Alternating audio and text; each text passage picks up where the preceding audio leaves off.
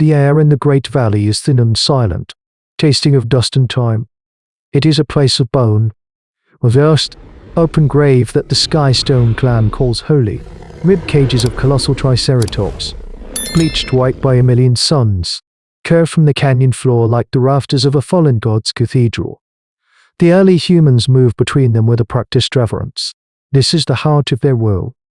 A sprawling fossil bed where the spirits of the horned gods sleep. Old Kaya, her back bent into a permanent question mark, traces the immense, three-horned skull of a bull patriarch. Her fingers, small and dark against the pale bone, linger on the jagged edge where its great shield was broken in some forgotten battle from a time before humans. She whispers a prayer, not of words, but of soft clicks and humming sighs, a sound of peace, of belonging. Her clan, a small band of Australopithecus, believes the thunder that splits the summer sky is the echo of these gods clashing in the heavens. This canyon is where the spirits fall to earth to rest. It is a covenant, a promise of shelter in a world of teeth. The promise breaks. It does not snap. It shatters. The first sign is not a sound, but a feeling, a deep, rhythmic tremor that travels up through the soles of their feet, a vibration that makes the pebbles dance. It is the heartbeat of something immense, something wrong. The birds that nest in the canyon walls fall silent. The small lizards that sun themselves on the bones vanish.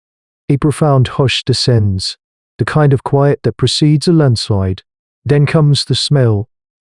Carried on a hot breeze, the coppery stench of old blood and draw. Predatory power. The clan freezes, eyes wide, nostrils flared. They are a study in petrified motion. Small, furred bodies pressed against the unfeeling fossils of their gods. This is a fear their hominid history has coded into their very being. The tremor intensifies, and a shadow spills over the canyon rim, a moving eclipse that blots out the sun. It stands there for a long moment, a silhouette of absolute dominion against the searing blue sky. 8. Tyrannosaurus Rex. Its head, the size of a fallen boulder, swivels slowly, its gaze sweeping across the valley of bones. This is not the panicked charge of a lesser hunter. This is the calm, deliberate survey of a king inspecting his new domain. The clam is beneath its notice, no more significant than the scurrying insects in the dust. The tyrant takes a step, and the ground itself groans in protest. Another step. It descends into the heart of their sanctuary. A lone gully mimes, startled from its grazing, bolts across the canyon floor.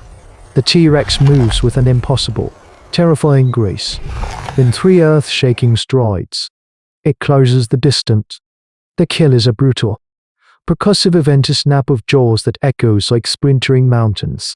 The tyrant lifts its prey, shaking it like a doll, and begins to feed, tearing away hide and flesh.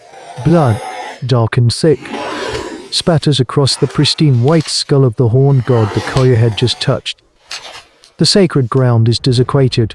The earth, once filled with the scent of ancient dust, is now choked with the hot iron of fresh death. The clan can only watch, their faith and their safety turning to ash in their mouths. For 3 cycles of sun and moon, the clan exists in a state of suspended terror. The Tyrannosaurus Rex owns their world. By day, its shadow is a constant threat. By night, its guttural roars are the bedrock of their nightmares. They try the old ways.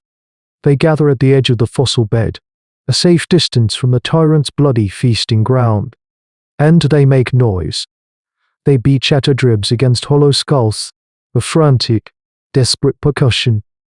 They light bundles of dry grass, waving the flames in the twilight, or plead to the sky spirits to reclaim their sacred valley. The beast merely lifts its massive head from a carcass, watches their frantic display with an ancient, reptilian indifference, and releases a low, chest cavity rumble that feels like the prehistoric world itself clearing its throat. The sound wave hits them like a physical blow, extinguishing their small fires and their smaller hopes. Their gods are silent, and their demon is unimpressed. The tyrant is not just a force of nature. It is a mind. It learns their scent, the paths they take to the hidden spring, the times they are most vulnerable, The lesson is written in blood. A young female, barely more than a child, strays from the foraging party. Drawn by a patch of sweet berries growing near the canyon wall, the T-Rex, which had appeared to be sleeping 1,000 paces away, is on her in a blur of impossible speed. There is no roar, no warning, just an earthquake of footsteps and a single, wet snap that echoes off the bones of the dead. The clan can only watch from the rocks, paralyzed, as the predator carries her off. The demon has a taste for them now.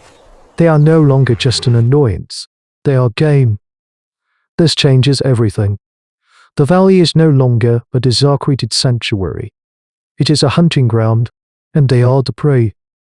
That night, huddled deep within a fissure in the rock, the air thick with fear and grief, the Sky Stone clan holds a council.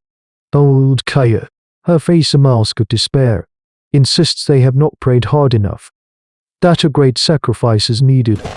Go, their strongest hunter, his knuckles white as he grips a heavy stone axe, argues for exodus. The gods are dead, he growls, his voice low and cracked. We honor them by living, and we cannot live here. Many nodded agreement.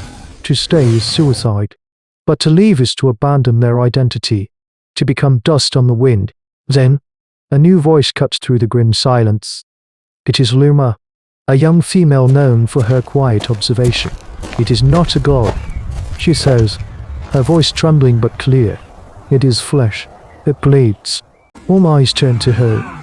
She speaks of how she watched the beast for days, not with fear, but with a cold, predatory focus of her own.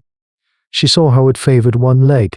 She saw how a falling rock, striking its soft underbelly, made it hiss and recoil. She points with a slender finger.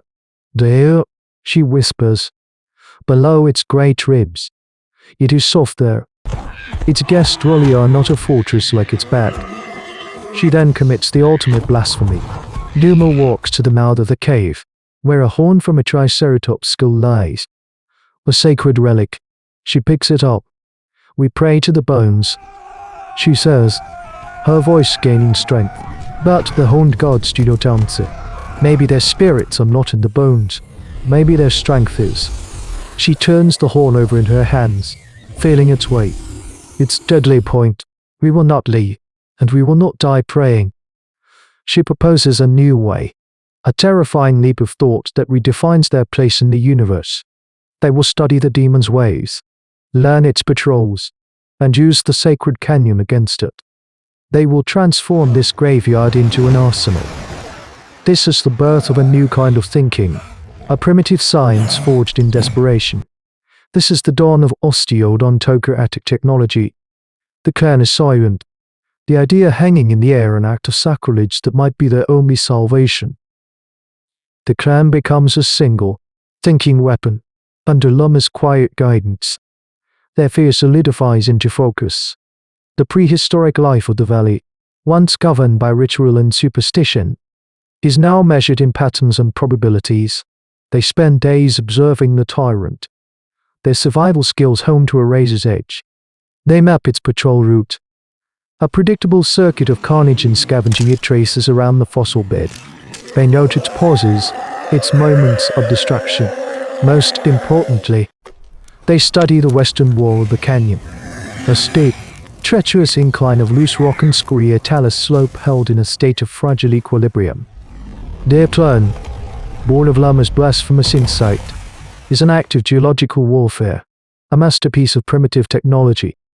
Using the heavy leg bones of the horned gods as levers and the sharpened carrot and no US beaks as wedges, they spend hours weakening the slope's foundation, preparing a trap of stone and gravity. The hard choice falls to God, to spring the trap. The T-Rex must be lured into the narrow channel at the base of the slope. It requires bait, living bait. The hunter who once preached exodus now volunteers to be the architect of their salvation. There is no ceremony, a mere silent, communal understanding as he takes a sharpened Triceratops horn in each hand. This is not a hunt. It is a strategic sacrifice, a gamble for the soul of their clan. A defining moment in their ancient history. He moves out onto the valley floor, into the tyrant's line of sight. He shouts, "A roar!" defying cry that he's utterly alien in this place of primal silence. The T-Rex, tearing at a carcass, lifts its blood-soaked head. Its eye, an amber above cold murder, fixes on the small, thorned creature. For a moment, there is only stillness. Then, the world explodes. The tyrant charges. Gal runs, not with the panic of prey, but with the calculated desperation of a matador. The ground shakes so violently he nearly falls. The beast's hot, foul breath is a promise of oblivion on the back of his neck. He can hear the wet tearing sound of its footfalls, each one a hammer blow of extinction. He races into the designated kill zone, the narrow path beneath the weakened slope. At the last possible second, he throws himself into a pre-planned crevice in the rock wall, as the tyrant thunders past, momentarily losing sight of him. Gar screams the signal, the high-pitched shriek of a hawk. Above, hidden on the precipice, the clan puts their weight against the levers. The delicate balance gives way, with a groan that seems to tear the mountain apart. The entire cliff face collapses. An avalanche of rock and ancient earth pours down, a tidal wave of stone. The T-Rex roars, a sound of fury and surprise. As the world falls on top of it, it doesn't stand a chance. The landslide sweeps it off its feet, burying it, carrying it down into the deepest chasm of the canyon. The thunder of the rockslide slowly fades, replaced by an unnerving silence, thick with dust. The clan peers over the edge. Far below, the beast is not dead. It is trapped, pinned by boulders the size of huts, roaring its impotent fury at the sky. They have not killed their demon. They have caged it. The Valley of the Gods is now their prison. The Australopithecus clan stands on the precipice, not in triumph, but in a state of profound and terrifying transformation. They look down at the caged god, the living embodiment of the world's brutal power, and they do not see a divine monster. They see a problem that they solve. In that moment, the trajectory of human evolution was forever altered. The act of turning a sacred fossil into a lever, of converting a prayer into a precise, coordinated tactical plan, was a greater leap than learning to walk upright. It was the birth of the audacious idea that the universe, for all its terrifying power, was not entirely beyond their control, that its rules could be learned, and its titans could be outmaneuvered. This single, desperate gambit in a forgotten canyon was a microcosm of our species' entire story. The story of intelligence refusing to kneel before brute force. It is the fundamental algorithm of our ascent, written not in stone tablets, but in the fossilized bones of the dinosaurs we weren't ever meant to survive. We are the descendants of the creatures who, when faced with gods and monsters, chose to become engineers. What does it say about us? That the very foundation of our civilization, our science, and our spirit is built upon the audacious, blasphemous conviction that even a god can be made to bleed. For in the chaos of a world not meant for them, our ancestors did not just learn to survive, they learned to think the impossible, and in doing so, they carved out a future with the bones of the past. The sky has more than one kind of thunder.